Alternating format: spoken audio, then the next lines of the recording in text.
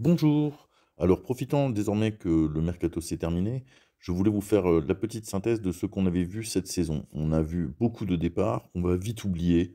Il s'agit des joueurs qui nous avaient déçus, notamment la saison précédente ou lors de saisons encore antérieures. Donc, on sera content de voir la plupart de ces joueurs partir. Néanmoins, on perd quand même pas mal de valeur de joueurs sur le terrain, de nombre de joueurs sur le terrain. Il va falloir les remplacer. Donc on a eu un mercato avec des arrivées en pagaille, beaucoup de prêts, avec obligations ou options d'achat aussi. Finalement, 85 millions d'euros ont été investis, 81 millions d'euros ont été reçus. On a aussi des transferts en plus en équipe réserve pour un bilan de transfert de moins 4 millions d'euros donc dépensés par l'OM cette saison, mais aussi des sommes importantes en suspens à payer dans le cadre des options d'achat qui ont été prévues pour notamment Valentine Carboni, Neil Maupay, Lilian Brassier, Pierre-Emile Højbjerg et Jonathan Rowe. On attend aussi beaucoup de choses des jeunes qui vont avoir rejoint l'équipe première, notamment Gaël Lafont, Kélian Abdallah et Enzo Sternal. On se réjouit de voir des pépites du centre de formation rejoindre l'équipe première cette année. Malgré les 17 départs qui ont été réussis avec des sommes importantes qui ont été reçues pour les départs de Iliman Ndiaye notamment ou Ismail Assar, on pourra regretter qu'il y a eu certains échecs coûteux pour diverses raisons. Déjà, du point de vue du recrutement, il semblerait qu'il manque quand même au moins un renfort, voire deux, en défense pour doubler le poste de Quentin Merlin et celui de Amir Murillo ou Meïté. En tout cas, on est un petit peu léger sur le plan défensif. Et dans le cadre du loft, ou des joueurs qui étaient sur la liste des transferts, on n'a pas réglé certains cas, en particulier celui de Chancel Mbemba. On n'a pas su prolonger non plus le contrat de Emran Soglo, qui semble un joueur assez talentueux avec un avenir devant lui. On a malheureusement subi la blessure de Ruben Blanco et de Ulysse Garcia qui ont compliqué leur sortie. Euh, Étrangement, Roberto De Zerbi semble faire confiance à Paul Lirola. On peut se poser des questions aussi si la réintégration de Ulysse Garcia donnera vraiment quelque chose à l'issue du mercato. En tout cas, c'est très décevant de voir que notamment Chancel Mbemba n'aura pas sa chance en équipe première cette saison. On a néanmoins sur le terrain, pour l'instant, sur les premiers matchs qu'on a pu voir et sur les matchs de préparation, vu des choses enthousiasmantes de la part de De Zerbi. Il y a des gens plus qualifiés que moi qui en commentent le foot de manière très spectaculaire. Clairement, il y a du mouvement, il y a des joueurs intéressants sur le terrain, il y a du potentiel, on a de la jeunesse, on voit des choses qui sont excitantes et on a envie que ça continue jusqu'à la fin de la saison pour rêver peut-être à un titre national, vu qu'on ne jouera pas de Coupe d'Europe cette année. Alors maintenant, si je regarde le détail de l'effectif qu'on avait utilisé la saison dernière, on avait 33 joueurs, on en a beaucoup qui sont en orange foncé sur ce graphique, puisque c'est des joueurs qui ont été vendus. Vous allez voir que c'est l'essentiel des joueurs, ils sont triés par ordre du plus gros salaire au plus petit salaire, mais ils ont en commun d'avoir été vendus pour ceux qui ont les gros salaires. Et puis quand on arrive en bas de l'effectif, là on trouve quelques joueurs comme Balerdi, Enrique et Meite qui ont pu être augmentés et prolongés. On a des rares joueurs qui ont été à peu près à l'abri des rumeurs de transfert pendant ce mercato. Et puis les joueurs que vous voyez en orange clair, c'est des joueurs sur lesquels on a pu se poser des questions à un moment donné de savoir s'ils allaient pouvoir être transférés ou pas. Et vous verrez que ça concerne quasiment la totalité de l'effectif. On avait une masse salariale de 78 millions d'euros à peu près la saison dernière, si on considère tous ces joueurs. Pour certains d'entre eux étaient en prêt, donc n'avaient pas de salaire à la charge du club. Et leur, masse, leur valeur de transfert, néanmoins, était considérée dans les comptes du club. Donc je l'ai compté pour 292,7 millions d'euros au 30 juin 2024. Sur les 33 joueurs qu'on a utilisés la saison dernière, il n'en restera que 16 cette saison, et encore. Parmi les 16, il y en a quand même 3 qui sont transférables, voire 4. Il y en a 9 dont l'avenir est en question, voire 8, et seulement 4 qui sont vraiment en sécurité. On a fait un recrutement très excitant, mais coûteux, avec des joueurs à fort potentiel d'appréciation qui pourraient exploser au Vélodrome, mais également des sommes importantes qui ont été dépensées, des options d'achat qui ont été posées sur des joueurs à des prix qui sont peut-être au-dessus de leur valeur de marché actuelle, et des obligations d'achat qui, elles, sont plutôt raisonnables, donc qui, a priori, sont bien calibrées pour les paris qu'on fait. On a pas mal de jeunes joueurs qui rejoignent le club dans ce cadre-là, et quelques paris un peu plus risqués ou moins convaincants comme celui de Cornelius en particulier, qui pour ma part ne me convainc pas complètement. Mais on verra encore sur la durée ce que ça peut donner. Pour ce qui est de Eli Wahi, il est très hautement valorisé par Transfermarkt. Pour ce qui est de Greenwood, on peut se dire qu'il y a peut-être un potentiel d'appréciation supplémentaire. Ça se joue toujours un petit peu de manière subjective, ces choses-là, mais malgré tout, on est obligé de se baser sur une source. Et justement, les sources qui nous avaient parlé de réduire la masse salariale de 35%, elles en sont pour leurs frais, puisque si on tient compte de toutes ces variations entre les départs et les arrivées, en tenant compte du fait que également les prêts de Unai ou de Gigot ne se font pas forcément avec un transfert, avec une prise en charge à 100% du salaire, et que l'option d'achat sera peut-être seulement exercée en fin de saison, on est dans une situation aujourd'hui où la masse salariale totale de l'OM, elle a très peu baissé pour la saison en cours. Pour autant que je puisse en juger, c'est insignifiant, j'arrive à peu près à moins 1%. Il est tout à fait possible que je me trompe de 2 ou 3%, de quelques millions d'euros, même sur le calcul de la masse salariale de l'équipe première. Donc on est à peu près sur une masse salariale équivalente de celle de l'année précédente, en tout cas certainement pas sur une baisse de 35%, comme ce qui avait été annoncé en début de mercato. Donc on peut en tout cas être rassuré de ce côté-là. Ça n'a pas été une contrainte qu'on a dû subir. Alors moi, je me suis fait exercer un petit peu à reprendre l'ensemble de l'effectif. Je vous laisse faire pause si ça vous intéresse de voir les petits jugements que j'ai faits sur la valeur de l'un et le niveau de l'autre, le potentiel de l'un ou le rôle et le statut que devront avoir chacun des joueurs. Je me suis essentiellement basé sur les valorisations de Transfermarkt.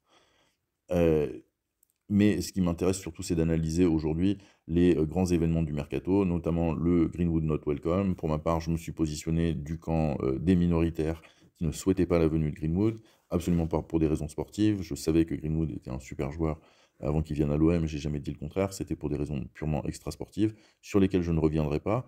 Mais Pablo Longoria, lors de la conférence de presse de présentation de Greenwood, nous a bien expliqué que c'était lui qui se portait garant des valeurs du club et de la moralité de Greenwood. Donc, pour ma part, je l'attends au tournant sur ces sujets-là.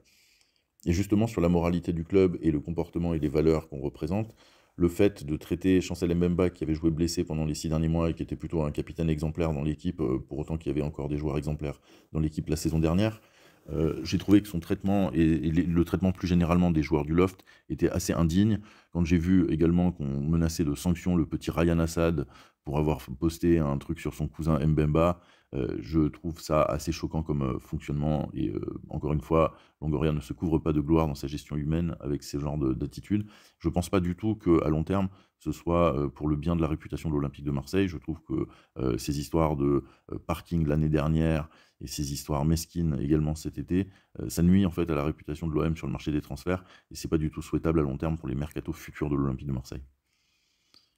En ce qui concerne la jurisprudence de Mbemba et de Verretou, on se demande un petit peu à quoi ça a servi tout ce travail de, quelque part, de menaces et de mise à l'écart de Mbemba, si c'est finalement pour s'occuper du cas des joueurs qui seront en fin de contrat en 2026 de la même manière l'année prochaine. Ça concerne en fait Valentin Rongier et Amir Mourillo, qui ne sont pas forcément les joueurs les plus difficiles à faire partir si on voulait les faire partir, mais on n'est pas du tout en fait dans une situation où il y a un bénéfice à retirer de cette guerre d'ego qui a été menée avec Mbemba depuis la fin du mercato.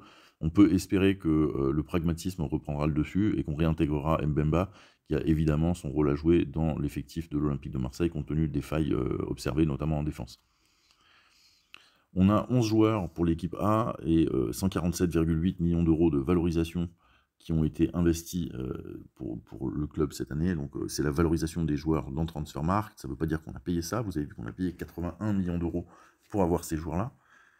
On a payé 86 millions d'euros pour avoir ces joueurs-là, mais il nous reste 80 millions d'euros à payer sur des options d'achat l'année prochaine, et il faut tenir compte aussi du fait que ça représente une augmentation de 35 millions d'euros de la masse salariale, qu'on avait fait baisser de 36 ou 37 millions d'euros à travers les ventes, donc c'est pour ça qu'on arrive à peu près pas à avoir baissé la masse salariale dans l'ensemble.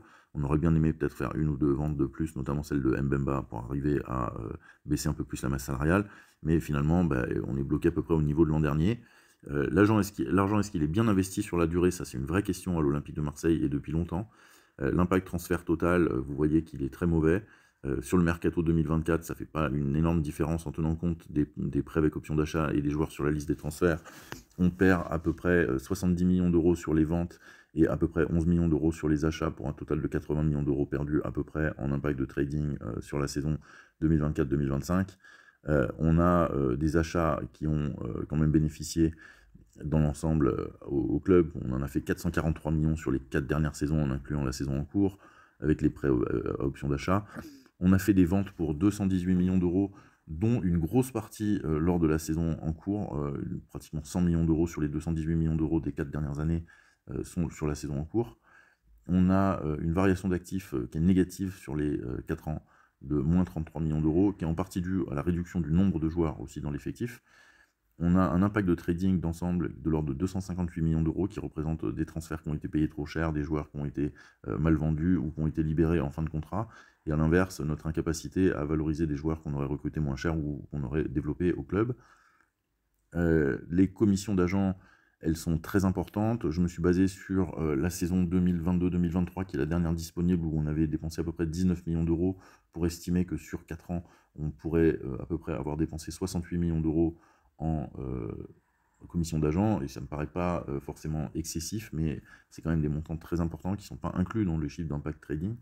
Donc, on voit que, l'argent quand même dans l'ensemble, il est pas bien investi. Même si on a des vrais potentiels dans l'équipe cette année, il est vraiment temps de les révéler par des exploits sportifs sur le terrain, et on va dépendre beaucoup de Roberto De Zerbi pour nous réussir ce pari-là cette année.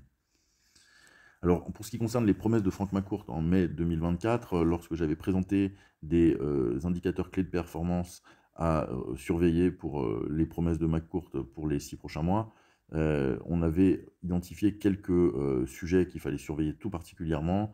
Il y avait la structuration du club avec, l'embauche d'un directeur général, d'un directeur financier, d'un directeur sportif, d'un recruteur. De ce côté-là, le départ de Stéphane Tessier n'a pas encore été confirmé. Il y a des retards dans les publications légales, du club et dans les formalités administratives. On attendait 3 embauches sur 4 postes. On a eu de la promotion interne, notamment au poste de directeur financier et au poste de, directeur général et administratif, avec, madame Barontini qui prend le poste administratif et un directeur financier dont j'ai oublié le nom, mais qui est un jeune également d'une trentaine d'années, qui a assez peu d'expérience, pour prendre ce poste-là. On va être lourdement dépendant pour le recrutement de, la relation entre, De Zerbi et son adjoint Rossi et, Mehdi Benatia, qui semble avoir vraiment pris le relais sur le volet sportif. Malgré tout, on a toujours l'ombre de Longoria qui plane au-dessus de ça, avec l'inquiétude qu'on peut avoir compte tenu de sa gestion des années précédentes. Mais on voit quand même un style assez différent. On a aussi la patte de Marco Otero sur le centre de formation qui commence à, porter ses fruits. Avec ça, de ce côté-là, des satisfactions avec plusieurs joueurs qui sont vus avec, l'équipe pro, et 3 ou 4 signatures de contrats pro qui sont, plutôt attractives et, qui montrent que l'OM mise sur ses jeunes. Et ça, c'était un truc qu'on nous avait promis, et c'est bien que McCourt aille au bout de ses idées là-dessus. Pour ma part, j'étais pas favorable au maintien de Longoria, et je trouvais que Benatia devrait être, titularisé et, salarié du club, ou quitter le club, parce que ça ne crée que des conflits d'intérêts, ce genre de situation-là. Malgré tout, je respecte le fait que, McCourt nous avait dit qu'il allait faire ça, et que c'est ce qu'il a fait jusqu'à présent. Il semble maintenir confiance dans son équipe dirigeante, au moins 1 an, malgré les défauts de l'équipe dirigeante que je maintiens. Pour ce qui est de continuer à investir dans le club, il y a de l'argent qui a été investi, mais trop peu, en tout cas sur cette année, pour qu'on puisse vraiment dire que, c'est McCourt qui a été proactif et qui a mis des sous pour les, transferts notamment, et pour la masse salariale. On a, des valeurs extrasportives qui ont été bafouées, des valeurs du club qui ont pu être, un petit peu, mises à mal, ces dernières semaines. On peut pas dire qu'on a beaucoup misé sur la réputation et la stratégie à très long terme encore. On peut espérer que ça vienne avec le nouveau projet à 3 ans, la 5e année zéro de Longoria. Moi, j'ai tendance à ne pas y croire tant que c'est Longoria qui est à la tête du projet. Mais pour ce que, McCourt nous avait proposé, nous avait annoncé, bah, on voit quand même clairement qu'il y a un mercato réussi, assez ambitieux, avec, des choses très intéressantes qui se passent sur le terrain. Pour ce qui est des autres promesses importantes que McCourt nous avait faites, lors de ses, interviews de mai 2024, on n'a pas vraiment grand-chose de nouveau encore à espérer. Au niveau de l'amélioration de la performance, il faudra attendre peut-être le mois de décembre pour juger ce genre de choses-là. On attendra aussi le mois de juin pour voir, si McCourt a, effectivement renforcé les infrastructures sportives du centre de formation et du centre d'entraînement. S'il n'a pas vendu le club, pour l'instant on n'a toujours pas d'informations à ce sujet. Et s'il recherche un club satellite, ça aussi c'est une information qu'on surveillera de loin, même peut-être pas en juin 2025, mais plutôt en 2026, tardivement après le mercato dans 2 ans. Donc, c'est des, indicateurs à suivre pour le très long terme, de Franck McCourt. Donc merci, surtout abonnez-vous et puis posez vos questions, c'est comme ça que la chaîne vit.